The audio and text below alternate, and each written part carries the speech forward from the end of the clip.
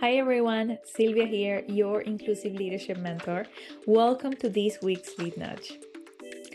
Some years ago, I happened to be leading a commercial and customer service team.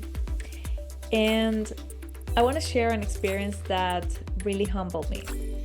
Because one team member came to me very upset about the decision that I had made regarding the customer service team. And after a couple of minutes of just listening to what he was saying, I went into fix-it mode. And for me, that looked like first making sure that he understands my logic. So I went into explaining what my logic was with the changes.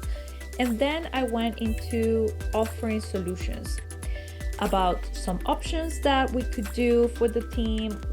And I honestly thought this was what good leaders should do. Explain the logic, but then also offer solutions. And it wasn't so long after I started explaining that this team member actually interrupted me and say, Silvia, I wasn't asking you to fix it. I know these changes have happened already. I just need you to hear me. And that landed hard. I didn't know what to say. And for a very talkative person, that says a lot. And for me, what it helped me realize is that a lot of times I was listening, but at the same time, I was processing and thinking about how I want to react to this. And when it comes to being a good leader, listening to respond makes it about us, right? Makes it about you, about your ego, about your ideas that you need to protect, about you needing to be right, about you needing to be helpful. But listening should be more about the others, about understanding what they are trying to say, about understanding their perspective, about getting curious and truly seeing someone else's point of view.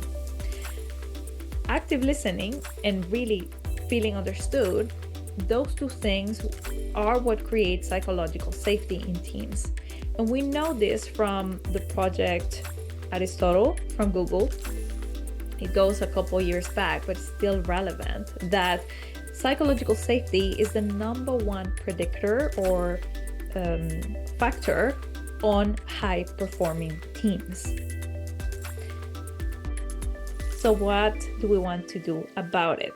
Because believe me, even though I got to know and learn this lesson earlier, it didn't really land it up until a couple years ago. So this takes time. So let's start practicing a little bit. For your next one-on-one, I want you to resist the urge to interrupt. So just listen what your team member needs to say.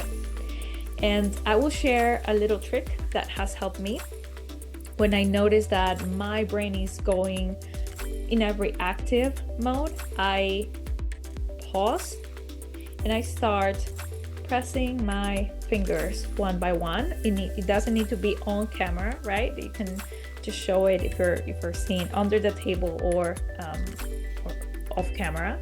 And you can start tapping your fingers, your fingernails, to remind yourself that you need to wait until the others finish. And it's not about waiting to react, it's a reminder that the point here is to not react and to listen to what they have to say, to understand their perspective.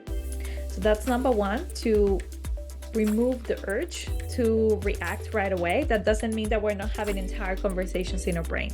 So here is number two. Instead of suggesting something, right, when the person has finished, instead of suggesting option A, option two, start by either asking a question or repeating what the other person has mentioned, right? So if I'm hearing this right, it sounds like blah, blah, blah. And this one sentence actually changes everything because people can feel heard. On the other hand, if you ask a question, it makes people feel heard as well, and they can perceive that you want to understand further.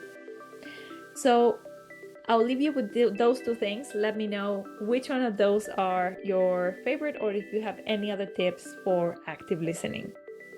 Lead as you are, with courage, inclusion, and heart, you all.